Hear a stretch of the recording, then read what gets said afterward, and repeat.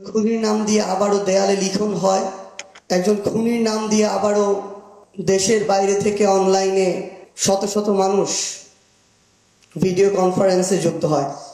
আমরা আসলে আমাদের বিবেক বোধের এত ন্যূনতম পর্যায়ে গিয়েছি। আরে আসিফ নজরুল, আপনি আমার পাসপোর্ট নিয়ে উনি দেখবেন।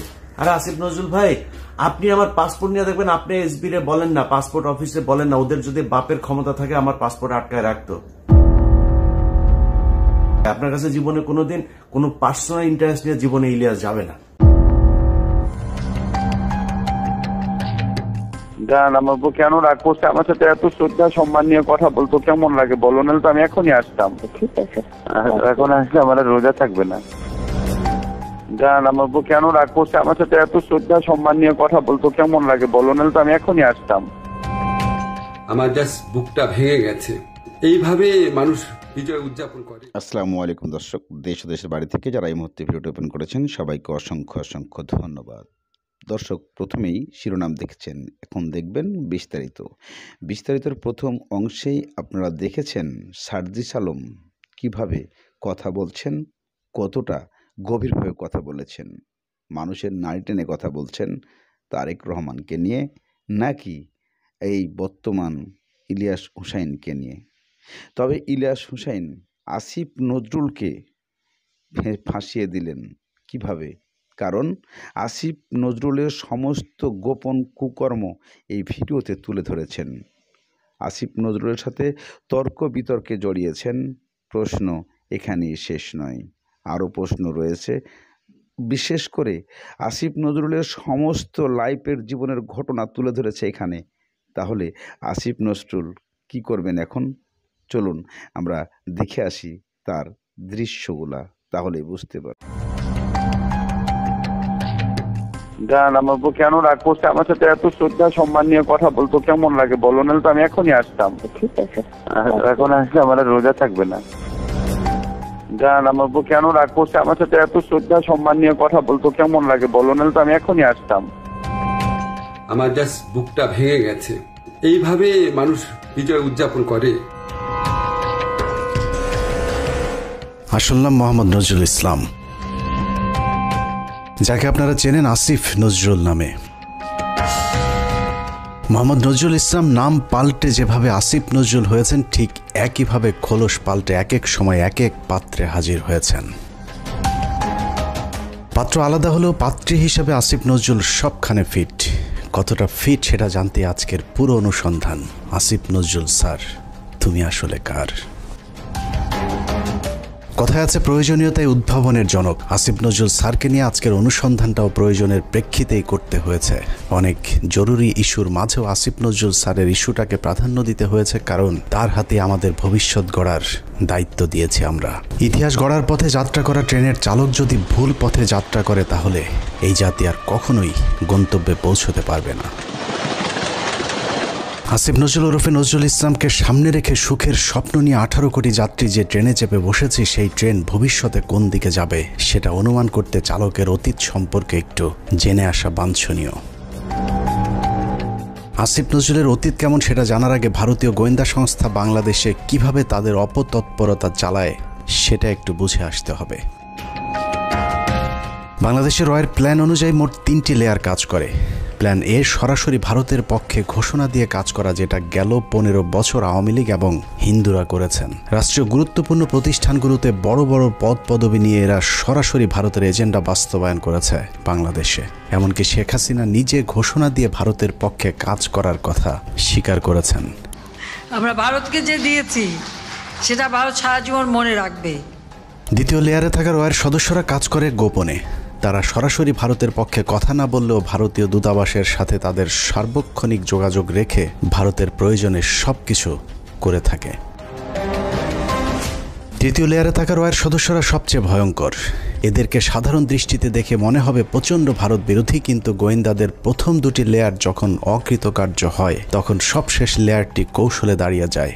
আর এই লেয়ারে যারা থাকে তাদের পরিচয় যখন প্রকাশ পায়, তখন আসলে কিছুই করার থাকে না, যে কারণে এদের ব্যাপারে অতি সাবধানী হওয়া অত্যন্ত জরুরি। এই শ্রেণীর ভারতীয় এজেন্টদেরকে সবচেয়ে বেশি কৌশলী হতে হয়, কারণ তাদেরকে ডুয়েল রোল প্লে করে দুই পক্ষকেই খুশি রাখতে হয়। এই ধরনের গোয়েন্দা এজেন্ট নির্বাচনে ভারতীয় গোয়েন্দাদের কিছু সুনির্দিষ্ট চাহিদা থাকে। এসব ক্ষেত্রে যারা অমিচেতনাধারী, দুশ্চরিত্র, ইসলাম বিদ্বেষী এমন ধরনের সব ব্যক্তিদেরকে বাছাই করা হয়। অন্তরে আওয়ামী চেতনা লালন করলেও প্রকাশ্যে তাদেরকে বিপরীত রূপে আত্মপ্রকাশ করানো হয়। এ ধরনের এজেন্ট তৈরিতে 1 যুগ 2 যুগ, আবার কখনো তারও বেশি সময় লেগে যায়, যাতে তাদের পেছনের ইতিহাস মানুষ ভুলে যায়। দেখতে কিছুটা নিষ্পাপ, শ্রুতিমধুর, বাকপটু গোছের এসব এজেন্টদেরকে দিয়ে কখনো কখনো সাধারণ ভারত বিরোধীদের চাইতেও কঠোর ভাষায় ভারতকে আক্রমণ করানো হয়, যা দেখে মনে হবে এরা প্রচণ্ড ভারত বিরোধী। আর এভাবেই তাদেরকে ভারত বিরোধী শিবিরে ধীরে ধীরে জনপ্রিয় করে তোলা হয়। এবং অত্যন্ত যৌক্তিক কারণে আজকে ভারতের বিরুদ্ধে আমাদের স্বাধীনতার ডাক দিতে হবে, ভারতের বিরুদ্ধে আমাদের সার্বভৌমত্বের ডাক দিতে হবে। আসিফ নজরুল ভারতের সেই দীর্ঘমেয়াদী প্ল্যান সি এর অংশ কিনা সেটা বুঝতে আমাদেরকে আরও 32 বছর পেছন থেকে শুরু করতে হবে। 19 জানুয়ারি 1992। 1975-এর 15 আগস্ট থেকে 1981 সাল পর্যন্ত 6 বছর ভারতীয় মগজ ধোলাইয়ের পর দেশে ফেরেন শেখ হাসিনা। শেখ হাসিনা দেশে ফেরার 15 দিনের মাথায় জিয়াউর রহমানকে হত্যা করে ভারত। জিয়াউর রহমান যেভাবে আন্তর্জাতিক মহলের কাছে জনপ্রিয় হয়ে উঠছিলেন, তাতে ভারতের মাথা ব্যথার কারণ হয়ে দাঁড়ায়, যে কারণেই তাকে হত্যা করে এরশাদকে ক্ষমতায় বসানো হয়। এদিকে প্রধানমন্ত্রী হিসেবে শেখ হাসিনাকে প্রস্তুতির কাজও চলতে থাকে। 1990 সালে এরশাদের পতনের পর ভারতের ইচ্ছে ছিল শেখ হাসিনাকে প্রধানমন্ত্রী বানানোর, কিন্তু 1991 সালে নির্বাচনে সবাইকে অবাক করে দিয়ে বাংলাদেশের মানুষ বেগম খালেদা জিয়াকে প্রধানমন্ত্রী নির্বাচিত করেন। 1991 সালে খালেদা জিয়া প্রধানমন্ত্রী হবার বছর না ঘুরতেই শুরু হয় ভারতের প্রথম চক্রান্ত। 1992 সালের শুরুতেই শুরু হয় দেশকে বিভাজনের মুখে ঠেলে দেওয়ার প্রথম ভারতীয় অভিযান। ভারতীয় চর জাহানারা ইমামকে সামনে রেখে প্রতিষ্ঠা করা হয় 71-এর ঘাতক দালাল নির্মূল কমিটি এঘাদানিক। শুরু হয় বিভাজনের রাজনীতি। শেখ মুজিবের সময়ে কথিত যুদ্ধাপরাধের মীমাংসিত একটি বিষয়কে সামনে এনে পুরো জাতিকে স্বাধীনতার পক্ষ আর বিপক্ষের 2 ভাগে ভাগ করে দেওয়া হয়। সার্বভৌম রাষ্ট্রের সংবিধানকে বৃদ্ধাঙ্গুলি দেখিয়ে তৈরি করা হয় কথিত গণ আদালত, এবং সেই আদালতে বিচারিক কার্যক্রম পরিচালনা করা হয়। রাষ্ট্রের বিচার ব্যবস্থাকে চ্যালেঞ্জ করার অপরাধে খালেদা জিয়া সরকার জাহানারা ইমাম সহ 24 জনের বিরুদ্ধে একটি রাষ্ট্রদ্রোহ মামলা করেন। নিশ্চয়ই ভাবছেন অনুসন্ধানের কোথা থেকে কোথায় যাচ্ছি। আসলে এত কিছু বলার কারণ, যাকে নিয়ে অনুসন্ধানের শুরু করেছে সেই আসিফ নজরুলের আসল পরিচয় খুঁজে বের করতেই এত কিছু বলা হচ্ছে।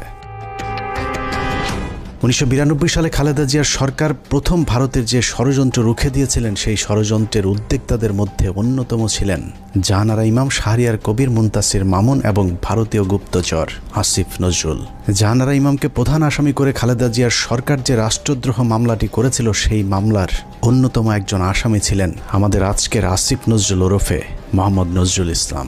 এই আসিফ নজরুল এখন নাম করা কলাম লেখক, তাকে নিয়োগ করা হলো। আপনারা জেনে খুশি হবেন, আসিফ নজরুলের আদর্শিক গুরুর নাম জনাব শাহরিয়ার কবির।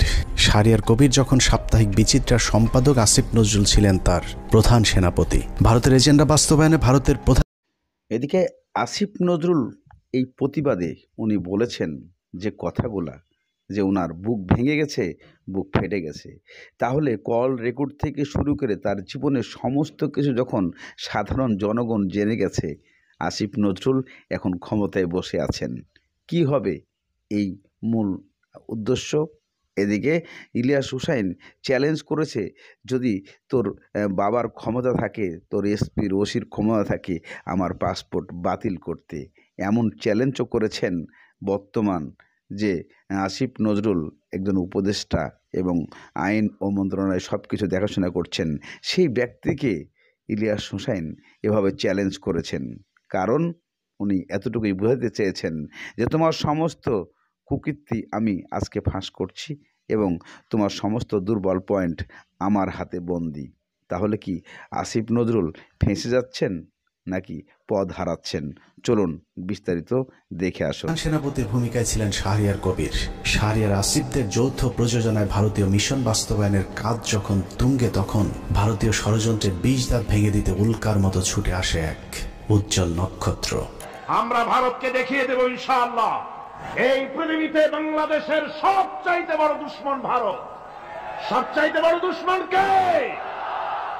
হ্যামিলিয়নের বাঁশিওয়ালার মতো মাওলানা দেলোয়ার হোসেন সাঈদী যখন অ আ ক খ করে সারা দেশের মানুষকে ভারতীয় ষড়যন্ত্রের ব্যাপারে ঐক্যবদ্ধ করছিলেন, তখনই পদে আগুন জ্বলে যায় আসিফ নজরুল আর তার আধ্যাত্মিক গুরু শাহরিয়ার কবিরের।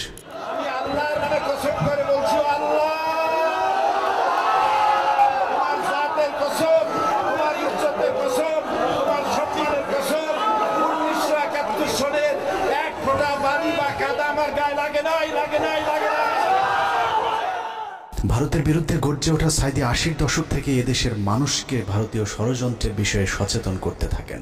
গল্প কেচ্ছা কাহিনীর পরিবর্তে কোরআনে বিদ্যমান রাজনৈতিক এবং অর্থনৈতিক তাফসীরের মধ্য দিয়ে নতুন ধারার কোরআনের মাহফিলের যাত্রা শুরু করেন আল্লামা দেলোয়ার হোসেন সাঈদী।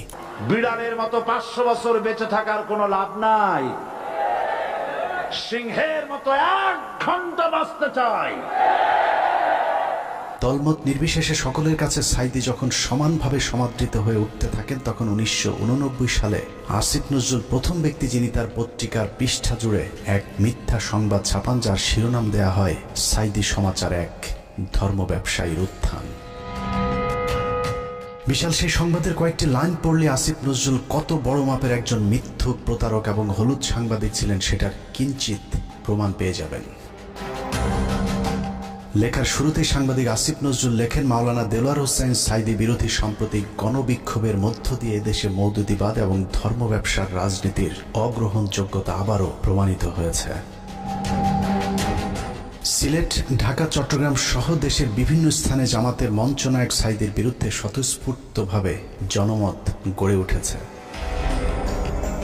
পিরোজপুরের এই মাওলানার জীবনে বিতর্কের সূচনা আগে থেকেই। শর্ষিনা মাদ্রাসায় ৫ম ক্লাসের ছাত্র থাকাকালীন অবস্থায় জামাত রাজনীতি সংশ্লিষ্ট থাকার সন্দেহে তাকে মাদ্রাসা থেকে বের করে দেওয়া হয়। তারপর তিনি লেখেন, শর্ষিনা মাদ্রাসার পর তিনি খুলনা আলিয়া মাদ্রাসায় ভর্তি হন। সে মাদ্রাসা থেকে তিনি কামেল পাশ আদৌ করেছেন কিনা এ নিয়ে দেশের আলেম সমাজের প্রচুর সন্দেহ রয়েছে। দেশের শতাধিক আলেম এ বিষয়ে সত্যতা প্রমাণের জন্য সাঈদীর প্রতি একাধিকবার চ্যালেঞ্জ ছুড়ে দিলেও দেলোয়ার হোসেন সাঈদী নাকি কখনোই সেই চ্যালেঞ্জ গ্রহণ করেননি। সাঈদীর ইসলাম শিক্ষার পরিপূর্ণতা নিয়ে প্রশ্ন থাকলেও তার কণ্ঠ চটলতা এবং শ্রোতা আকর্ষণ ক্ষমতা বরাবরই দ্বিধাহীনভাবে স্বীকৃত। বিভিন্ন টকশোতে ব্যক্তিগত আক্রমণ করার বিরুদ্ধে সবক দেয়া আসিফ নজরুল তার সেই লেখায় দেলোয়ার হোসেন সাঈদীকে চরমভাবে ব্যক্তিগতভাবে আক্রমণ করেছিলেন। তিনি লিখেছেন, বিভিন্ন সূত্রের দেয়া তথ্য অনুযায়ী স্বাধীনতা যুদ্ধের আগেই কণ্ঠ সম্পদকে অবলম্বন করে সাঈদী পিরোজপুরের গড়ের হাটে সুর করে আতর, তসবিহ, ধর্মীয় পুস্তক বিক্রি করে জীবিকা নির্বাহ করতেন। এরপর গুরুত্বপূর্ণ দুটি লাইন আছে, সেই লাইনগুলো আপনাদেরকে জানানোর আগে আসিফ নজরুল দেলোয়ার হোসেন সাঈদীকে নিয়ে সম্প্রতি একটি বক্তব্য দিয়েছেন, সেটা দেখে আসা যাক।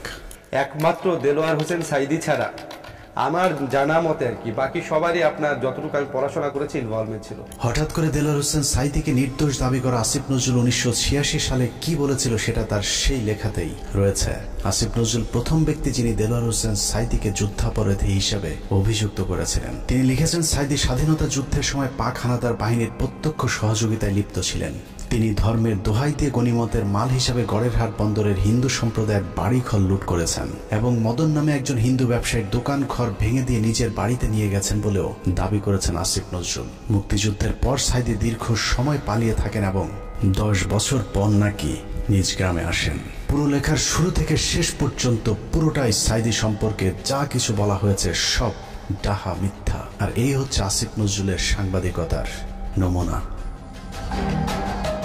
আসিফ নজরুল নিজের খোলস পাল্টানোর সময় মাঝে একবার এই লেখার ব্যাখ্যা দিয়েছিলেন, যেখানে তিনি বলেছিলেন শাহরিয়ার কবিরের দ্বারা প্রভাবিত হয়ে নাকি তিনি সাঈদী সম্পর্কে এসব লিখেছিলেন। কিন্তু এটা শুধু একটা চুরি কিংবা ছিনতাইয়ের ঘটনা নয়। এই লেখার মাধ্যমে দেলোয়ার হোসেন সাঈদীর বিরুদ্ধে যুদ্ধাপরাধের অভিযোগ উঠতে শুরু করে এবং তারই ফলশ্রুতিতে আওয়ামী লীগ সরকার দেলোয়ার হোসেন সাঈদীকে আটক করে এবং দীর্ঘ ১ যুগ জেলখানায় বন্দী থাকার পর শাহাদাত বরণ করেন দেশ বরেণ্য এই আলেম। আসিফ নজরুলের এক লেখায় একজন নিষ্পাপ মানুষের জীবন কেড়ে নিয়েছে। অতএব দেলোয়ার হোসেন সাঈদীর হত্যাকাণ্ডের জন্য আসিফ নজরুল প্রত্যক্ষভাবে দায়ী। আসিফ নজরুল যে আগাগোড়া একজন চেতনাধারী লোক সেটা গণজাগরণ মঞ্চের সময়ও প্রমাণিত হয়েছে। আসিফ নজরুলের নাকের ডগায় গণজাগরণ মঞ্চের নামে বাংলাদেশের বিচার ব্যবস্থাকে গণধর্ষণ করা হলেও আসিফ নজরুল গণজাগরণ মঞ্চের ব্যাপারে একদম ট্রু শব্দ পর্যন্ত করেননি। বস্তুত শাহবাগের গণজাগরণ মঞ্চ সেই আসিফ নজরুলদেরই ঘাতক দালাল নির্মূল কমিটির ফসল।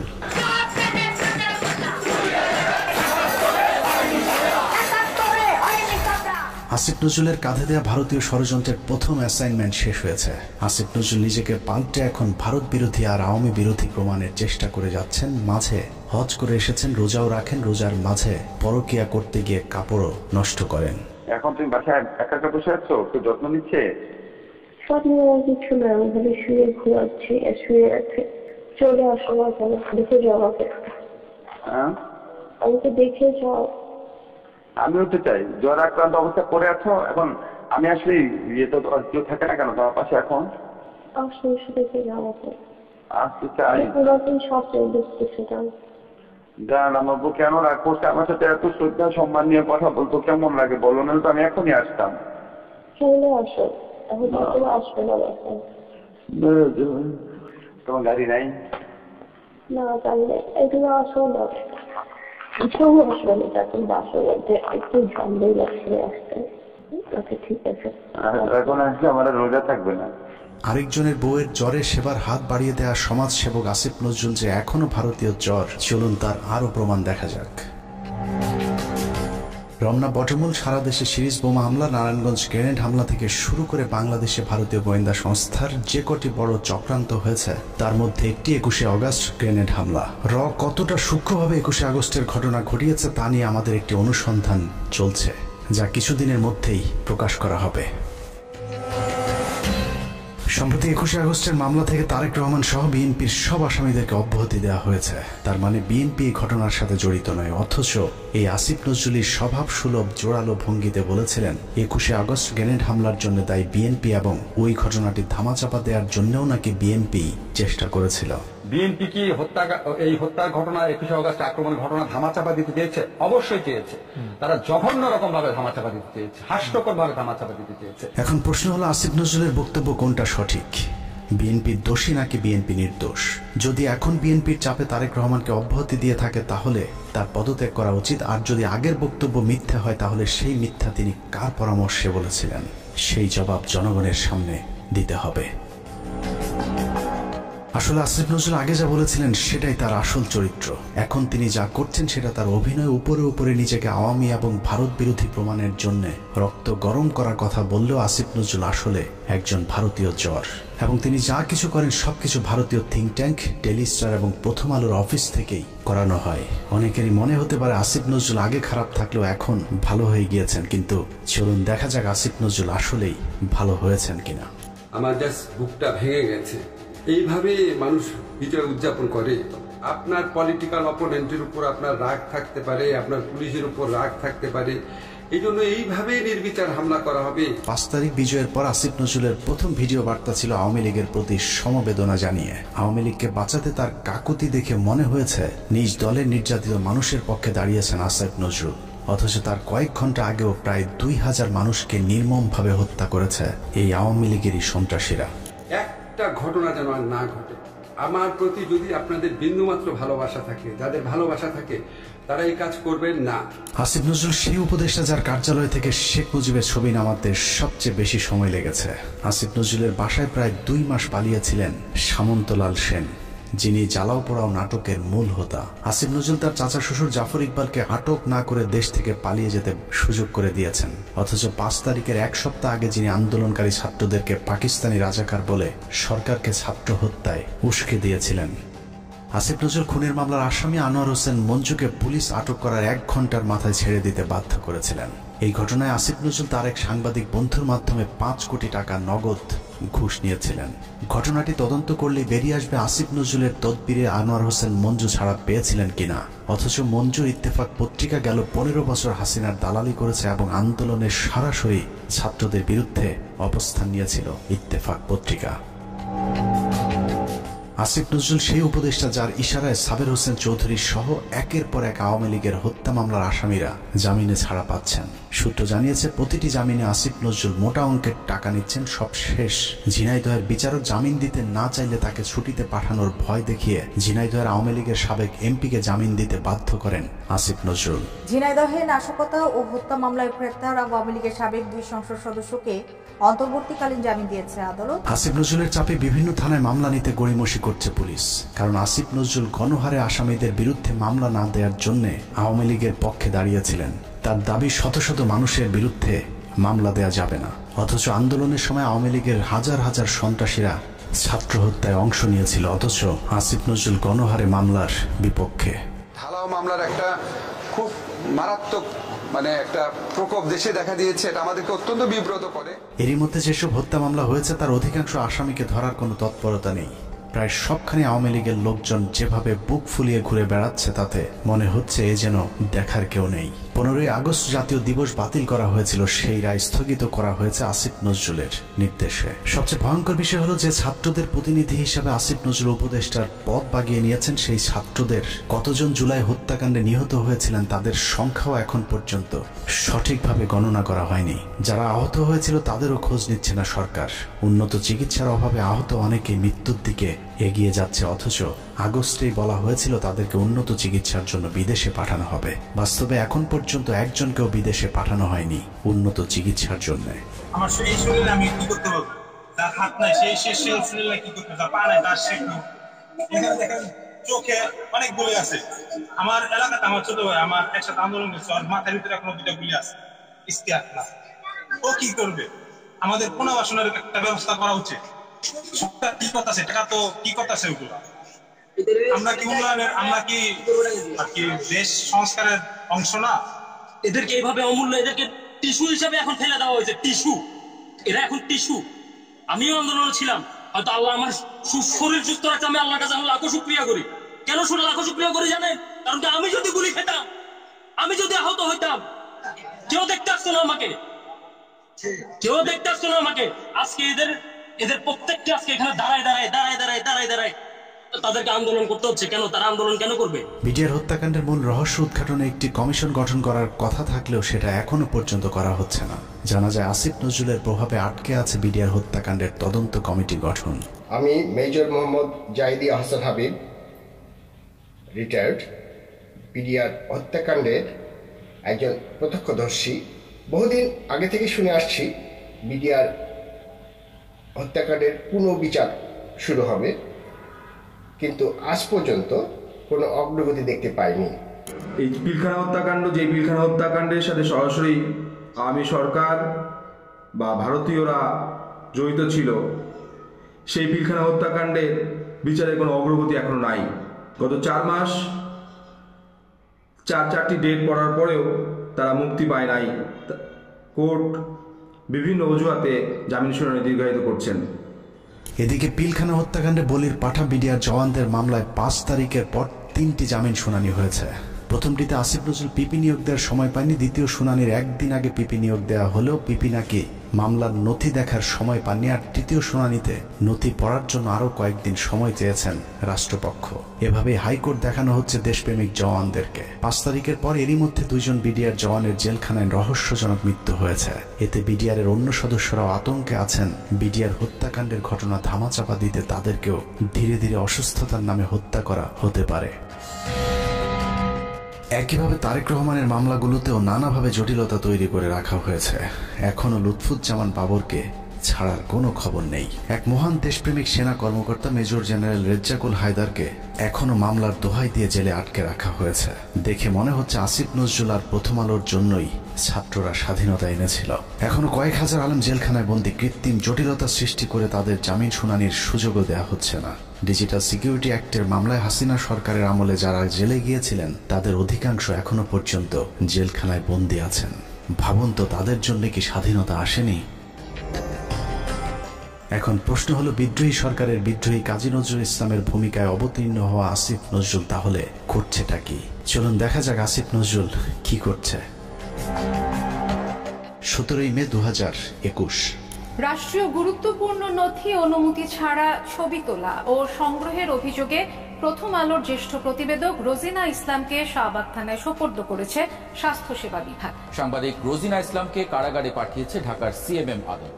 বাংলাদেশের ইতিহাসে প্রথমবারের মতো জাতীয় সংবাদপত্রের একজন সাংবাদিক চুরির দায়ে আটক হয়েছিল। চোরের নাম প্রথম আলোর সাংবাদিক রোজিনা ইসলাম।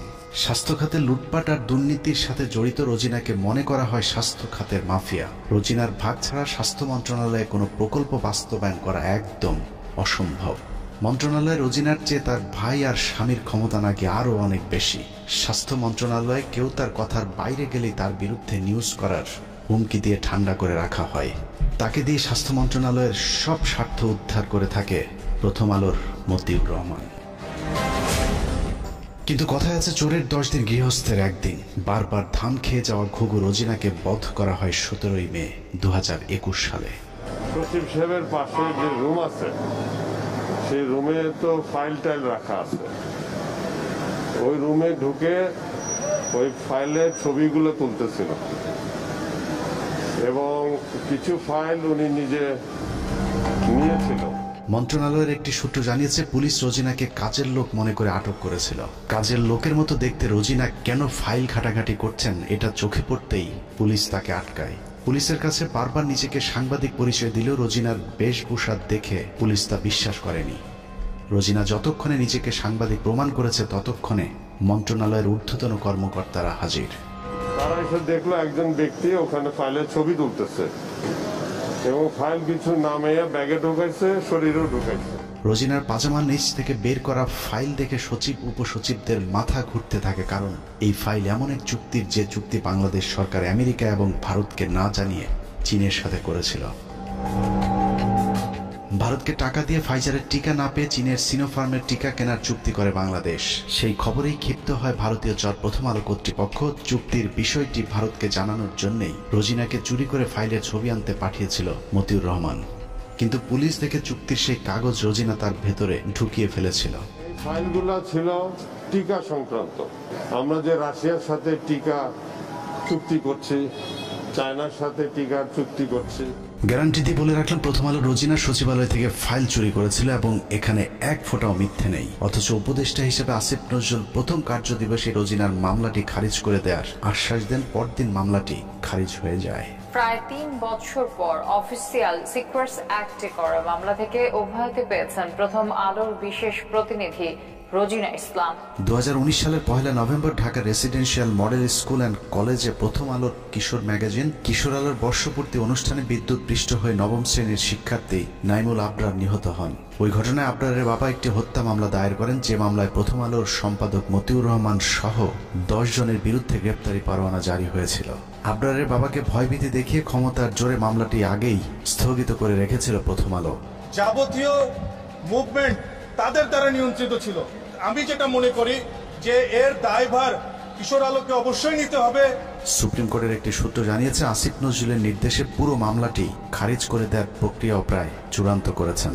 আসিফ নজরুল আর মাস দুয়েক আইন উপদেষ্টা হিসেবে থাকলে প্রথম আলোর নামে আর কোনো মামলা আদালতে অবশিষ্ট থাকবে না। এখন প্রশ্ন হলো, আসিফ নজরুল কি শুধুই প্রথম আলোর সাংবাদিকদের বাঁচানোর জন্য উপদেষ্টা হয়েছেন? উনি কি জানেন এদেশে কত সাংবাদিক আওয়ামী লীগের বিরুদ্ধে কথা বলার কারণে দেশ ছেড়েছেন? এই প্রতিবেদন লেখা পর্যন্ত আইন মন্ত্রণালয়ের একজন পিওনও আমাদের কাউকে ফোন করার সময় পায়নি।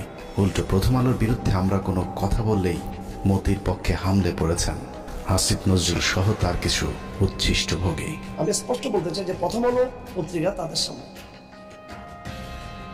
ওখানে ডিবি মনির ছিলেন এবং তার বস ছিলেন এই পুলিশের সাবেক আইজিপি। তিনি তখন ছিলেন ঢাকা মেট্রোপলিটনে, তিনি পুলিশ কমিশনার ছিলেন। তো ওনারা আমাকে একটু মনে করছিলেন হুজুর টাইপের মানুষ, হাবাগুবা টাইপের হতে ভাবছিলেন। হাত করার পরই আমাকে একটু দূরে দাঁড় করেছিলেন। ওখান থেকে আমি পরিষ্কার দেখতে পাচ্ছিলাম যে প্রথম আলো পত্রিকা আমাদের সামনে লেখা, এবং সেগুলো আমি দেখে ফেললাম ওখানে লেখা আছে যে আমেরিকান এমবেসি ভারত দূতাবাসে আক্রমণের পরিকল্পনায় চট্টগ্রাম থেকে এই জঙ্গিদেরকে গ্রেপ্তার, একদম হেডলাইন এটা।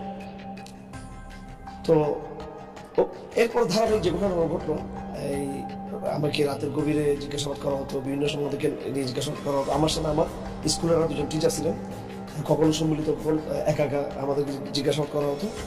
আমার সাথে যেটা করছে সেটা আমি দেখছি যে ওনারা বিভিন্ন জিজ্ঞাসাবাদের সময় বিভিন্ন মিডিয়ার সাথে তারা পুরো আলাপ করে। প্রথম আলোর বিরুদ্ধে নিরীহ মানুষকে জঙ্গি সাজানোর অভিযোগ নিয়ে 15 মিনিটসের পক্ষ থেকে একটি অনুসন্ধান করা হয়েছিল। গুরুতর সেই অভিযোগ তুলে ধরার পর আসিফ নজরুল প্রথম ব্যক্তি যিনি প্রথম আলোর পক্ষে ফেসবুকে পোস্ট করেছিলেন। একই অনুসন্ধানে ভারতীয় রয়ের সদস্য কালবেলার সন্তোষ শর্মার বিরুদ্ধেও গুরুতর সব অভিযোগ করেছিল বাংলাদেশের শীর্ষস্থানীয় কয়েকজন আলেম। সেই ঘটনাকে কেন্দ্র করে ভুক্তভোগীরা কালবেলা কার্যালয়ে অভিযোগ দিতে চাইলে আসিফ নজরুল তথ্য মন্ত্রণালয়কে চাপ দিয়ে বিক্ষোভকারীদের বিরুদ্ধে একটি বিজ্ঞপ্তি দেন।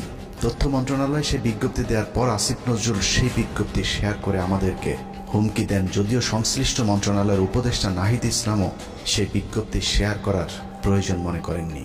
প্রশ্ন হলো, আসিফ নজরুলের আগ বাড়িয়ে কেন সেই বিজ্ঞপ্তি শেয়ার করতে হলো?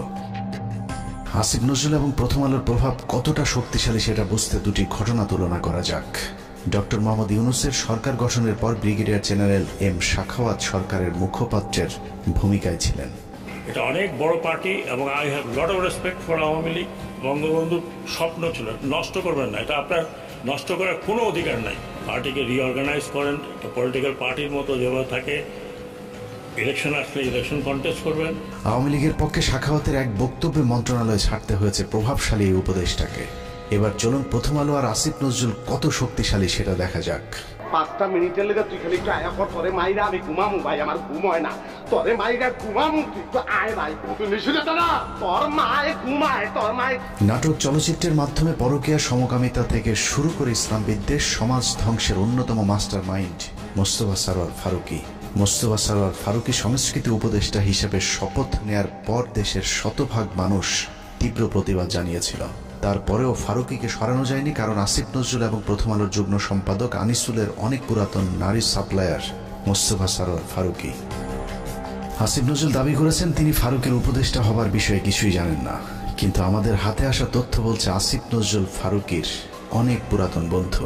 প্রায় এক যুগ আগে ফারুকী এবং তিশার বিয়েতে হাতে গোনা যে কজন মানুষ দাওয়াত পেয়েছিলেন, আসিফ নজরুল সেই ভাগ্যবানদের মধ্যে একজন। মোস্তফা সরোয়ার ফারুকীর মন্ত্রণালয়টিও আসিফ নজরুলের নিজে ছেড়ে দেয় মন্ত্রণালয়। এবার প্রশ্ন আসতে পারে, ফারুকীর সাথে আসিফ নজরুলের সম্পর্ক আছে, ঠিক আছে, কিন্তু প্রথম আলোর সাথে ফারুকীর সম্পর্কটা আসলে কি? এটাই আজকের অনুসন্ধানের সবচেয়ে গুরুত্বপূর্ণ বিষয়। আসিফ নজরুলের মতো হানি ট্র্যাপে পড়ে যারা প্রথম আলোর হয়ে কাজ করতে বাধ্য হন, তাদের জন্য প্রথম আলোর সবচেয়ে বড় ফাঁদ হচ্ছে মেরিল প্রথম আলো, এবং সেই সাথে সম্প্রতি যোগ হয়েছে চরকি নামে আরেকটি প্রথম আলোর ওটিটি প্ল্যাটফর্ম। চরকি নামক ওটিটির চক্করে ফেলে বিভিন্ন নায়িকার মডেলদের ক্যারিয়ার গড়ে দেওয়ার লোভ দেখে আসিফ নজরুলদের মতো খদ্দের সংগ্রহ করে প্রথম আলো। নায়িকা মডেলদের সাথে বিশেষ মুহূর্তের ভিডিও ধারণ করে আজীবনের জন্য জিম্মি করা হয় রাষ্ট্রের বিভিন্ন গুরুত্বপূর্ণ পদে থাকা ব্যক্তিদেরকে। এই ফাঁদ তৈরিতে সবচেয়ে গুরুত্বপূর্ণ ভূমিকা পালন করে রেদওয়ান রনি আর মোস্তফা সরোয়ার ফারুকী, যার আড়ালে থেকে সব কলকাঠি নাড়েন প্রথম আলোর সাংবাদিক আনিসুল হক। মোস্তফা সরোয়ার ফারুকীর মতো একজন লম্পট কিভাবে উপদেষ্টা হলেন সে বিষয়ে সিদ্দিকুর রহমানকে প্রশ্ন করা হয়েছিল। প্রশ্ন করতে অভিনেতা সিদ্দিকুর রহমান বলেন, সবই ভারতের খেলা।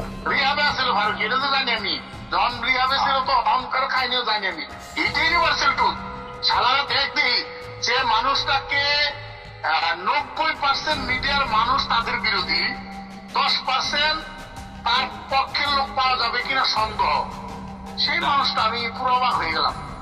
তারা বানাইছে প্রথম আলো, এটা তো প্রথম আলো, বেসিক্যালি প্রথম আলো, বুঝছি, প্রথম আলো।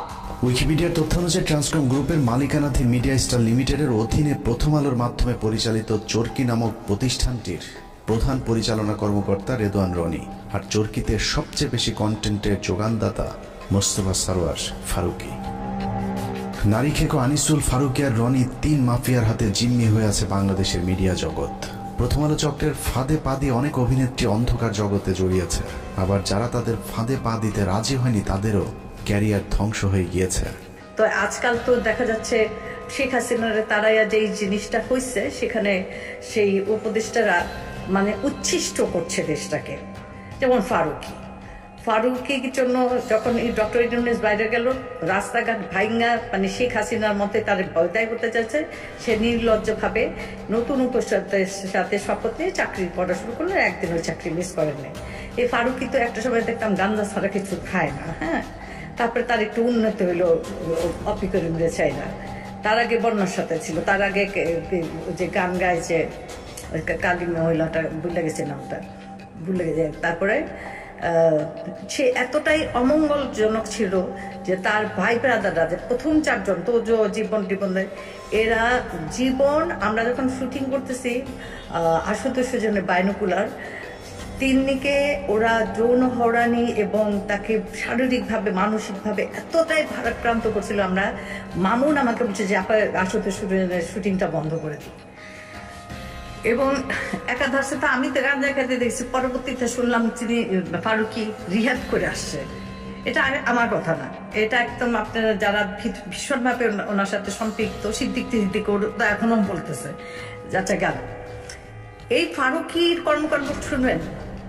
আমি রাজীব নামে ওদের তখন ফার্স্ট 69-এর সময় একটা এডিট খারাপ একটা কথা বলছে, আমি বললাম যে এই কথাটা তোমার মুখে মানায় না, তুমি কেন বললে যে এখান থেকে শিখছে। আমি উদাহরণস্বরূপ ওইখানকার এডিট দিলে বললাম তোজো এইটা ওইটা ওইটা। ফারুকি এতটাই মানে তখন গান্ধা তো যে ভুলে গেছে গে, সবই দরজা আটকাইয়া সব এডিগুলো রেখে আমাকে মাঝখানে এমন অপমান করলো, তোজো এরকম সেরকম সেরকম। আমি না হতভম্ব হয়ে গেলাম। ওর এইটুকু মাপা ছিল না তখন, নন ম্যাট্রিক বা ম্যাট্রিক হইলে যা হয়, পড়াশোনা তো মানে বাদা কিছু নেই। পোটেনশিয়াল কি দিছে, 3 4 তারপরে মানে যা তা আর কি। আবার আমারটা সময় পরকিয়া, এখন আমার প্রেমের কথা বলতে পারে, বলতেই পারে। তো আগে বলবো আপনারা উচ্ছিষ্ট করেন না দেশটাকে। ফারুককে আমি মেনে নিলাম, অনেক শিল্পী তোমাকে বাধাই দিয়েছে। এভাবে প্রথম আলো কেন্দ্রিক এক সিন্ডিকেট গড়ে উঠেছে মিডিয়া পল্লীতে, যাদেরকে সুবিধা দিতে আসিফ নজরুলের মাধ্যমে ফারুকিকে উপদেষ্টা বানিয়েছে প্রথম আলো। যে কারণে হানি ট্র্যাপের শিকার আসিফ নজরুল সারা জীবন গণতন্ত্রের পক্ষে কথা বলেও গোটা দেশের মানুষের মতামতকে উপেক্ষা করে ফারুকিকে উপদেষ্টা করে রাখতে বাধ্য হন। বর্তমান সরকারের প্রথম আলো চক্রের আরেক গুরুত্বপূর্ণ সদস্য প্রধান উপদেষ্টা প্রেস সেক্রেটারি শফিকুল আলম। 5 আগস্টের আগে কখনো শফিকুলের নাম কেউ শুনেছেন কিনা তার সন্দেহ আছে। তারপরেও 15 বছর হাসিনার বিরুদ্ধে চুপ থাকা শফিকুল হঠাৎ করেই রং পাল্টে হয়ে গেলেন বিদ্রোহী সাংবাদিক। ডক্টর মোহাম্মদ ইউনূসের ভারত বিরোধী পলিসির কারণে শফিকুল আলম এখন ভারতের বিরুদ্ধে কথা না বললেও তিনি সরকারের ভেতরে বসেই ভারতের এজেন্ডা বাস্তবায়ন করছেন। 5 আগস্টের 4 দিন পর 9 তারিখে বাংলাদেশে হিন্দু নির্যাতনের মিথ্যে অভিযোগ তুলে শাহবাগে হিন্দুদের যে সমাবেশ হয়েছিল, সেই সংবাদ এএফপিতে প্রচার করে তিনি প্রথম বাংলাদেশে হিন্দু নির্যাতনের বিষয়টি আন্তর্জাতিক স্বীকৃতি দিয়েছিলেন, যে বিষয়টি তিনি ফেসবুকে পোস্ট করেছেন। এছাড়া রাহুল আনন্দের বাড়িতেও আন্দোলনকারীরাই নাকি অগ্নি সংযোগ করেছে এমন মিথ্যা গুজবও তিনি তার ফেসবুকে ছড়িয়েছিলেন। ডক্টর ইউনূসের আদেশ মান্য করতে ইদানিং শফিকুল হিন্দুদের উপর নির্যাতনের বিষয়টি অস্বীকার করলেও প্রেস সেক্রেটারি হবার আগ পর্যন্ত তিনি হিন্দু নির্যাতনের মিথ্যা গুজব তার ফেসবুকে প্রচার করেছেন, যা এখনো তার ফেসবুক ওয়ালে গেলে পাওয়া যায়। শফিকুলের আসল পরিচয় জানতে তার কিছু পুরাতন ফেসবুক পোস্ট দেখলেই চলবে। 2020 সালে শেখ মুজিবের ব্যবহৃত জিনিসের প্রদর্শনীতে গিয়ে মুজিবের পছন্দের কালো কোট পরে ছবি পোস্ট করেছিলেন শফিক। অতীতে আওয়ামী প্রীতি এবং ইসলাম বিদ্বেষী এরকম অনেক পোস্ট রয়েছে শফিকুলের ফেসবুকে। 5 তারিখের পরেও অভ্যাসজনিত কারণে নিজের মুজিব প্রেম এবং ইসলাম বিদ্বেষী চিন্তার বহিঃপ্রকাশ ঘটছে তার বিভিন্ন লেখনীতে। 5 তারিখ শেখ মুজিবের মূর্তি ভাঙার ভিডিও শেয়ার করে শেখ মুজিবকে ইন্ডিপেন্ডেন্ট হিরো আখ্যা দিয়েছিলেন কথিত আওয়ামী বিরোধী সাংবাদিক শফিকুল আলম। আগস্টের 9 তারিখে শেখ মুজিবের নামের পরিবর্তে হযরত ইব্রাহিম আলাইহিস সালামের নামে এক্সপ্রেসওয়ের নাম পরিবর্তনে বেজায় কষ্ট পেয়েছিলেন শফিকুল আলম। শফিক লিখেছিলেন, শেখ মুজিবের নামের পরিবর্তে ইব্রাহিম আলাইহিস সালামের নাম দেওয়াটা একটা ফাজলামো। যারা মুজিবের নামের জায়গায় ইব্রাহিম আলাইহিস সালামের নাম চেয়েছেন তাদের বিচারের দাবি করে শফিকুল আলম লিখেছিলেন, যদি নাম পরিবর্তন করতেই হয় তাহলে ইব্রাহিমের নামের পরিবর্তে যোগেন্দ্রনাথ মণ্ডলের নাম দেয়া হোক। 15 বছর শেখ হাসিনা লুটপাটের উদ্দেশ্যে করা কোনো প্রকল্প নিয়ে শফিকের এত খারাপ লাগেনি যতটা মডেল মসজিদ করাতে লেগেছে। বিটিভির টক শোতে গিয়ে শফিক ক্ষোভ জানিয়ে বলেছেন, মডেল মসজিদ কেন বানাতে হবে? এই যে সরকারি ব্যয় আমার এত 560টা মসজিদ কেন করতে হবে? আমাদের মসজিদের কি অভাব পড়ছিল? বিএনপির ব্যাপারেও চরম বিদ্রোহী শফিকুল আলম। 5 তারিখের পর বিএনপি 3 মাসের মধ্যে নির্বাচন চাইলে শফিকুল বলেছিলেন, বিএনপি হাসিনাকে ক্ষমতা থেকে নামায়নি, অতএব বিএনপির কথা মতো তত্ত্বাবধায়ক সরকার তাদের মেয়াদ নির্ধারণ করবে না। সবকিছুর পর এখানেও প্রশ্ন আসতে পারে, প্রথম আলোর সাথে শফিকুল আলমের সম্পর্কটা কি? শফিকুল আলম সবশেষ এএফপির বাংলাদেশ ব্যুরো চিফ হিসাবে কাজ করেছেন। প্রধান উপদেষ্টার প্রেস সচিব হওয়ার আগে তার জায়গায় তিনি প্রথম আলোর জঙ্গি বিষয়ক বিশেষ সাংবাদিক সাবিহা আলমকে বসিয়ে এসেছেন। যেই সাবিয়ার বিরুদ্ধে 15 মিনিটসের অনুসন্ধানে দেখানো হয়েছিল কিভাবে তিনি মেজর জিয়াউল হকের বাবাকে হুমকি দিয়ে মিথ্যে জবানবন্দি নিয়েছিলেন। আপনি বলছেন যে জিয়া হচ্ছে একরোখা এবং ধর্মান্ধ ছিল, এই বক্তব্যগুলিও আপনি কোন পরিস্থিতিতে দিচ্ছেন? তখন যে পরিস্থিতি ছিল ওই পরিস্থিতির শিকার হয়ে আমি এটা বলতে পারি। এটা না হলে আপনার মানে অত্যাচার হয়ে যেত, আমিও তো হয়তো আয়না করে থাকতো। উনি বললো যে আমি সাংবাদিক ও news I vote against something, মানে উনি নাকি উনি বিশেষ সাংবাদিক বললে যে জানেন আপনার কিন্তু ক্ষতি হতে পারে, দেখো আমি একটু চেক করতেছি বুঝলেন, মানে যদি আমি মানে ওনার পক্ষে আনসার না করি আমার তো আয়না করে মানে কিডন্যাপ করে ফেলি। প্রথম আলোর মতিউরের আরেক বন্ধু টিআইবির নির্বাহী পরিচালক ইফতেখারুজ্জামান, তাকে বসানো হয়েছে দুদক সংস্কার কমিশনের চেয়ারম্যানের পদে। ৭৫ বছর বয়সী ইফতেখারুজ্জামান এক স্বৈর শাসক হিসেবে নিজের পদ আঁকড়ে বসে আছেন টিআইবিতে, যেখানে তার নিজের বিরুদ্ধে অভিযোগ রয়েছে টিআইবির রিপোর্ট জালিয়াতির। যেহেতু সরকারের সাথে ডক্টর ইফতেখারুজ্জামান বা টিআইবির যে নির্বাহী পরিচালক, ওনার সাথে কিন্তু সরকারের উচ্চ পর্যায়ে একটা গণমাধ্যম বা যোগাযোগ আছে। বিশেষ করে তখনকার প্রধানমন্ত্রী খুব প্রভাবশালী উপদেষ্টা জনাব এসপি ইমাম ও খরিদি বলা যায় উনি স্নেহভাজন ছিলেন। এখন অনেকটা বলা যায় এই সম্পর্কের কারণে আওয়ামী লীগ সরকার বা শেখ হাসিনা সরকার যাতে করে কোনো প্রকার ব্যয়কায়দা না পড়ে এবং টিআইবিও যেন ঝুঁকিতে না পড়ে বা শেখ হাসিনার বিরাট ভাজন না হয়, তখন উনি যে কাজটা করেছেন এই রিপোর্টটাকে তামাদি করে দিয়েছেন, উনি প্রকাশ না করার জন্য সিদ্ধান্ত নিয়েছিলেন। এবং এই রিপোর্টটা যদি প্রকাশ পেত তাহলে বাংলাদেশের মানুষ, বাংলাদেশের জনগণ এবং বাংলাদেশের বিভিন্ন পর্যায়ে যারা আছে বা দাতা সংস্থাগুলোকে জানতে পারত যে বাংলাদেশে উচ্চ পর্যায়ে কিভাবে দুর্নীতিগুলো সংগঠিত হয়, আয়োজিত হয় এবং দুর্নীতির যে সাথে যুক্ত যারা মানে বলা যায় প্লেয়ার বা খেলোয়াড়, তারা কিভাবে সেখানে খেলে, হ্যাঁ, কার কি রোল থাকে এবং সেটার প্রভাব কি আমাদের দেশবাসী খুব ভালোভাবে জানতে পারত। টিআইবির সাবেক কর্মকর্তা রেজাউল করিমের করা কয়েকটি রিপোর্ট সহ বিগত আওয়ামী সরকারের বিরুদ্ধে করা গুরুত্বপূর্ণ কয়েকটি রিপোর্ট গায়েব করে দিয়েছিলেন ইফতেখারুজ্জামান। ইফতেখারের মাধ্যমে প্রথম আলো আসিফ নজরুল কং তাদের পছন্দের দুর্নীতিবাজ এক কর্মকর্তাকে দুদকের চেয়ারম্যান বানানোর অপতৎপরতা শুরু করেছেন। ইফতেখারুজ্জামানের নেতৃত্বে সংস্কার কমিশনের নামে কালক্ষেপণ করে দুর্নীতিবাজদের সম্পত্তি বিক্রি এবং হস্তান্তরের সুযোগ করে দেওয়া হয়েছে, অথচ অত্যন্ত সৎ এবং নীতিবান হিসেবে পরিচিত সাবেক বিচারক মোতাহার হোসেনের নাম প্রস্তাব করা হলেও আসিফ নজরুল সেটা আটকে রেখেছেন, কারণ মোতাহার হোসেনকে তিনি তারেক রহমানের ঘনিষ্ঠজন মনে করেন। আসিফ নজরুলের সাফ কথা, তারেক রহমানের ঘনিষ্ঠ কেউ দুদকের চেয়ারম্যান হতে পারবে না। ৭১ টিভির টকশো রিজার্ভ আলোচক, জঙ্গি বিশেষজ্ঞ, ভারতীয় আরেক রয়ের এজেন্ট, ডেইলি স্টারের সাংবাদিক গোলাম মর্তুজা 2018 সালে নির্বাচনের আগেও তারেক রহমান আর খালেদা জিয়াকে জঙ্গিদের নেতা বলা মর্তুজা হঠাৎ করে আওয়ামী বিরোধী ভিডিও আপলোড করা শুরু করেন ইউটিউবে।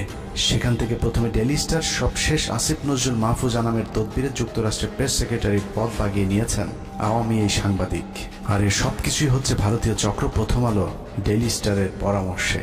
হঠাৎ করে রং পাল্টানো গোলাম মর্তুজা আওয়ামী লীগের দালালিটা পুরোপুরি এখনো ছাড়তে পারেননি।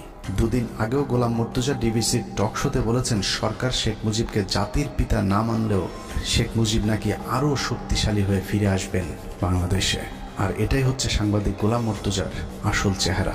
বঙ্গবন্ধু জাতির জনক হিসেবে যেভাবে ছিল সেভাবে থাকতে দিলেই সবচেয়ে ভালো হতো। বঙ্গবন্ধুকে ব্যবহার করা হয়েছে, সেই বঙ্গবন্ধুর আর একবার মূল্যায়ন হবে এদেশে। এভাবে প্রথম আলোর সব আওয়ামী চেতনাধারী বুদ্ধিজীবীদেরকে সরকারের গুরুত্বপূর্ণ সব জায়গায় বসিয়ে প্রথম আলো আর ভারতের অবস্থানকে শক্তিশালী করছেন আসিফ নজরুল। আসিফ নজরুল যে মন থেকেই সবকিছু করছেন তা নয়, অনেক কিছু সে না চাইলেও করতে হচ্ছে, কারণ আসিফ নজরুল অনেক আগে থেকেই তার আলু আরেকজনের ক্ষেতে বর্গা দিয়ে রেখেছেন। এই আলুর দোষে পুরো আইন মন্ত্রণালয় এখন আওয়ামী লীগ দখলে নিয়েছে। আসিফ নজরুল যেন নীরব এক দর্শক। বিষয়টা একদমই হাস্যকর নয়। আপনি কি জানেন আসিফ নজরুলের ব্যক্তিগত সহকারীকে? আসিফ নজরুলের ব্যক্তিগত সহকারী হচ্ছেন শামসুদ্দিন মাসুম, যিনি তত্ত্বাবধায়ক সরকার ব্যবস্থা বাতিলের মূল হোতা সাবেক প্রধান বিচারপতি ABM খায়রুল হকের ব্যক্তিগত সহকারী ছিলেন। নরেন্দ্র মোদীর সবশেষ নির্বাচনে জয়ী হবার পর শেখ রেহানার সাথে সফর সঙ্গী হয়েছিলেন আসিফ নজরুলের পিএস শামসুদ্দিন মাসুম। আপনার কাছে নিশ্চয়ই অবাক লাগছে যে খায়রুল হকের কারণে বাংলাদেশের সব সংকটের সূচনা তার পিএস কিভাবে আসিফ নজরুলের পিএস হয়। শুধু পিএস নয়, আইন মন্ত্রণালয়ের সব কলকাঠি নাড়ছেন শামসুদ্দিন মাসুম। আসিফ নজরুলকে ভাঙিয়ে মাসুম এরই মধ্যে শুরু করেছেন ব্যাপক চাঁদাবাজি। মাসুমের বিরুদ্ধে অভিযোগ উঠেছে রেবেকা মোহাম্মদ মিমি নামে এক নারীকে বিয়ের আশ্বাস দিয়ে গর্ভে সন্তান দিয়ে ছুঁড়ে ফেলার। স্থানীয় একটি পত্রিকায় মিমি অভিযোগ করেছেন মাসুমকে বিয়ের জন্য চাপ দিলেও তিনি আইন উপদেষ্টা আসিফ স্যারের ভয় দেখাচ্ছেন। মিথ্যে মামলা দিয়ে মিমিকে জেলে ঢুকানোর হুমকিও দিচ্ছেন আসিফ নজরুলের ব্যক্তিগত সহকারী শামসুদ্দিন মাসুম। মাসুম যাই করুক, আসিফ নজরুলের আসলে কিছু করার নেই, কারণ তিনি মাসুমের কাছে জিম্মি। আসিফ নজরুল কেন মাসুমের কাছে জিম্মি সেটা বের করতে পারলেই আজকের পুরো অনুসন্ধানের মূল রহস্য বেরিয়ে আসবে। শামসুদ্দিন মাসুম আসিফ নজরুলের ঘনিষ্ঠ হবার আগে আইন মন্ত্রণালয়ের আরেক কর্মকর্তা উম্মে সরাবন তহুরাকে আসিফ নজরুলের কাছে পাঠিয়েছিলেন, কিন্তু উম্মে তহুরা যে শামসুদ্দিন মাসুমের বেড পার্টনার সেটা আসিফ নজরুল একেবারেই জানতেন না। যতদিনে জেনেছেন ততদিনে আসিফ নজরুলের গোপন ভিডিও তহুরার হাতে। সেই ভিডিওর ভয় দেখিয়ে আসিফ নজরুলের পিএসের চেয়ারে বসানো হয়েছে শামসুদ্দিন মাসুমকে।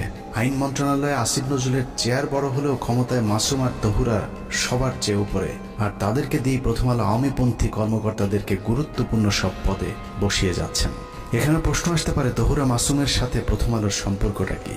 আসিফ নজরুলকে হানি ট্র্যাপে ফেলা উম্মে তহুরা ছিলেন প্রথম আলোর সাংবাদিক। এ ধরনের অভিযানে কাজে লাগাতেই প্রথম আলো তহুরাকে জুডিশিয়াল সার্ভিসে চাকরি নিয়ে দিয়েছিলেন। অনেকদিন আগে প্রথম আলো রয়ের রোপণ করা সেই গাছে এখন ফল ধরতে শুরু করেছে, আর আসিফ নজরুল সেই ফলের ছুঁড়ে ফেলা বীচির মতো অসহায়। মাসুমের মাধ্যমে আসিফ নজরুল তার নিয়োগ বদলি বাণিজ্য চালিয়ে যাচ্ছেন।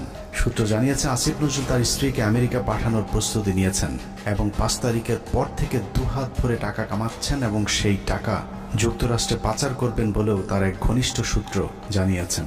এরই মধ্যে তার ঘনিষ্ঠ এক সাংবাদিকের মাধ্যমে $1.3 মিলিয়ন দিয়ে বাড়ি কেনার চেষ্টা করছেন আসিফ নজরুল। আপনি সংস্কার আমার তো এই সংস্কারের প্রতি এখনো বিশ্বাস নাই। তো আসিফ নজরুল, আপনি এত ছাত্রদের নিয়ে এত চিল্লাপাল্লা করেন, হইহুড়স্থুল করেন যে সংস্কার করে নাকি উল্টাইয়া দিবেন, তো আপনি একজন বিচারপতি নিয়োগ দিচ্ছেন কেন?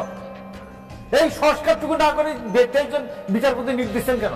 এভাবে চলছে আসিফ নজরুলের সংস্কার। একদিকে ভারতীয় গোয়েন্দাদের শাখা অফিস ডেইলি স্টার প্রথম আলোর এজেন্টদেরকে বিভিন্ন জায়গায় বসানো হচ্ছে, অন্যদিকে আওয়ামী লীগকে বাঁচানোর সব চেষ্টা চালিয়ে যাচ্ছেন আসিফ নজরুল।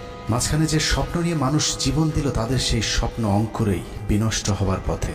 তারপরেও আমাদের দেশের কিছু মানুষ স্বপ্ন দেখে আসিফ নজরুলের হাত ধরে এই দেশ সিঙ্গাপুর হবে। তাদের সাথে আমিও একটু স্বপ্ন দেখতে চাই, আর সেই স্বপ্ন বাস্তবায়ন করতে হলে বাস্তবেও কিছু একটা হতে হবে। কিন্তু আসলেই কি বাস্তবে কিছুই হচ্ছে? আসিফ নজরুল সারা জীবন প্রবাসীদের জন্য মায়া কান্না করে আসলেও কার্যত প্রবাসীদের জন্য কোনো পদক্ষেপ নেওয়া হয়নি, অথচ সেই মন্ত্রণালয়টি এখন তার অধীনেই। এখনো সৌদি, মালয়েশিয়া, সিঙ্গাপুর সহ মধ্যপ্রাচ্যে যেতে আগের মতোই বাড়তি টাকা গুনতে হয়। এখনো কেউ মারা গেলে তাদের লাশ আনার টাকাটাও ওই পরিবারগুলোর জন্য বোঝা হয়ে দাঁড়ায়। সারা বছর ভারতের বিরুদ্ধে কথা বলে বিডিআর হত্যাকাণ্ড ধামাচাপা দেওয়ার চেষ্টা করছে আসিফ নজরুল। বিডিআর জওয়ানদের ছাড়ার কোনো ব্যবস্থা নেই। আওয়ামী বিচারকেরা এখনো পর্যন্ত তাদের বিচার কার্য চালিয়ে যাচ্ছেন। আওয়ামী লীগ আমলে জেলে যাওয়া রাজনৈতিক বন্দীরা এখনো জেলে পচে মরছেন, অথচ আসিফ নজরুলের কোনো ভ্রুক্ষেপ নেই। তারেক রহমানের বিরুদ্ধে মামলাগুলোর ক্ষেত্রে আইনের দোহাই দিয়ে আটকে রাখা হয়েছে। মাহমুদুর রহমানের মতো বিপ্লবীকে আইনের দোহাই দিয়ে জেলে ঢুকানো হয়েছে। কথায় কথায় আইন শেখানো আসিফ নজরুলকে উত্তর দিতে হবে কোন আইনে শেখ হাসিনাকে ক্ষমতা থেকে সরানো হয়েছে। আসিফ নজরুল উপদেষ্টাই বা হয়েছেন সংবিধানের কোন ধারায়? পুলিশ ধরার পর 3 হত্যা মামলার আসামি মুন্নি শাহ কোন আইনে ছাড়া পেলেন? রাতের আধারে আনোয়ার হোসেন মঞ্জুর কাছ থেকে 5 কোটি টাকা নিয়ে তারপর তাকে ছাড়তে বাধ্য করা সংবিধানের কত নম্বর অনুচ্ছেদে বর্ণিত আছে? আইন উপদেষ্টার চাচা শ্বশুর হলেই কি হত্যা মামলার ওয়ারেন্টের আসামিকে বিদেশে পাঠিয়ে দেওয়া যায়? তাহলে জাফর ইকবালকে আসিফ নজরুল কোন আইনে পালিয়ে যেতে সাহায্য করেছেন? সারা দেশে হত্যা মামলার আসামিরা নির্দ্বিধায় কোন আইনের বলে ঘুরে বেড়াচ্ছেন? বাংলাদেশের সংবিধানের কোন ধারায় তাদেরকে বাঁচানো হচ্ছে? পরিস্থিতি দেখে মনে হচ্ছে প্রথম আলোর তত্ত্বাবধানে সরকারের একটি অংশ আওয়ামী লীগকে বাঁচানোর আপ্রাণ চেষ্টা চালিয়ে যাচ্ছে। এত কিছুর পরও বিএনপি জামায়াতের এক শ্রেণীর নেতারা প্রথম আলো ডেইলি স্টারকে বাঁচাতে তাদের পাশে গিয়ে দাঁড়িয়েছে, অথচ 15 বছরে বাংলাদেশকে জঙ্গি রাষ্ট্র বানানোর কারিগর এই প্রথম আলো। শুধু বাংলাদেশ নয়, খালেদা জিয়া এবং তারেক রহমানকে জঙ্গিদের নেতা হিসেবে সারা পৃথিবীর কাছে তুলে ধরেছে এই প্রথম আলো ডেইলি স্টার। 2024 সালে বলে রাখলাম, প্রথম আলোকে ভারত মুক্ত করতে না পারলে এ দেশকে আবারও ভুগতে হবে। সমস্যা হলো যেদিন বুঝবেন সেদিন আর কিছুই করার থাকবে না। ভারত আর আওয়ামী লীগ যদি আরেকবার সুযোগ পায় তাহলে এই দেশকে আর কখনোই স্বাধীনতার সূর্য দেখতে দেয়া হবে না। কে কোন দল করে জানি না, শুধু এতটুকুই বলবো, প্রথম আলোর পক্ষে যে কথা বলবে সেই ভারতীয় দালাল। অতএব প্রথম আলো আর স্বাধীনতা একসাথে বাংলাদেশের মানচিত্রে থাকতে পারে না। এটা কোনো পত্রিকা নয়, এটা ভারতীয় গোয়েন্দা সংস্থার বাংলাদেশে একটি শাখা। আমরা কোনো পত্রিকা বন্ধ চাই না, কিন্তু প্রথম আলোর বিরুদ্ধে যে মানুষ হত্যার ভয়াবহ অভিযোগ উঠেছে তার বিচার যতদিন না হবে ততদিন তাদের বিরুদ্ধে আমাদের যুদ্ধ চলবে। তাদের পাশে যে দাঁড়াবে তাকেই শত্রু হিসেবে চিহ্নিত করা হবে। আল্লাহ হাফেজ।